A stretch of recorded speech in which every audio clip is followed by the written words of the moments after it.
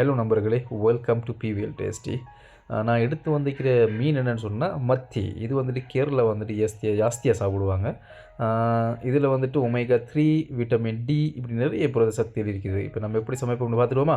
முதல்ல மீனை கழுவி எல்லாம் சுத்தமாக மஞ்சள் போட்டு கழுவி எடுத்துக்கொள்ளுங்க. அடுத்தது முதல்ல நம்ம ஃபிஷ்ஷை ஃப்ரை பண்ணிக்கொள்வோம்.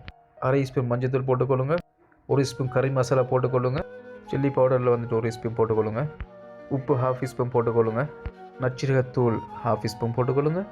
நல்லா மிக்ஸ் பண்ணி ஒரு கடாயில் எண்ணெயை ஊற்றி நல்லா ஃப்ரை பண்ணி எடுத்துக்கொள்ளுங்க. இன்னொரு கடாயை எடுத்துக்கொள்ளுங்க. அதில் ஒரு குழிக்கரண்டி எண்ணெயை ஊற்றிக்கொள்ளுங்க. எண்ணெய் சூடானதும் 1/2 ஸ்பூன் கடுகு போட்டுக்கொள்ளுங்க. ஒரு 1/2 ஸ்பூன் நச்சீரகத்தை போட்டுக்கொள்ளுங்க. சின்ன சின்னதாக கட் பண்ணி வச்சுருந்த வெங்காயத்தை போட்டுக்கொள்கிறேன்.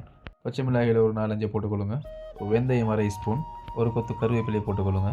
2 3 வெள்ளைப்பூடு அதை போட்டுக்கொள்ளுங்க. 2 தக்காளி நல்லா கட் பண்ணி வச்சுருந்தேன், அதை போட்டுக்கொள்ளுங்க. நல்லா புளிப்பு. 1/2 ஸ்பூன் மஞ்சத்தூள் போட்டுக்கொள்ளுங்க. கரம் மசாலா 1 ஸ்பூன் போட்டுக்கொள்ளுங்க. கறி மசாலா 1 ஸ்பூன் போட்டுக்கொள்ளுங்க. குறைப்புக்கு ஏற்ற மாதிரி ரெட் சில்லி பவுடரை கொஞ்சமாக போட்டுக்கொள்ளுங்க. உங்களுக்கு ஏற்ற மாதிரி போட்டு நல்லா மிக்ஸ் பண்ணிக்கொள்ளுங்க. மிக்ஸ் பண்ணிவிட்டு தேவையான அளவு தண்ணியை ஊற்றிக்கொள்ளுங்க. தண்ணியை ஊற்றி நல்லா ஒரு 5 மினிட்ஸ் வந்துட்டு கொதிக்க வைங்க. கொதித்த பிறகு ஃப்ரை பண்ணி வச்சு இந்த ஃபிஷ்ஷை உள்ளுக்கு போட்டுக்கொள்ளுங்க. போட்டுட்டு ஒரு 5 நிமிஷம் 5 நிமிஷம் வச்சுக்கொள்ளுங்க. வச்சிங்க சொன்னால் கறி ரெடி. நம்மளோட சேனல் வந்து முதல்ல பார்க்குறீங்க சொன்னால் ப்ளீஸ் சப்ஸ்கிரைப் பண்ணிக்கொள்ளுங்க, லைக் பண்ணிக்கொள்ளுங்க, ஷேர் பண்ணிக்கொள்ளுங்க. மோர் தென் வீடியோ நீங்கள் பார்த்துக்கொள்ளலாம்.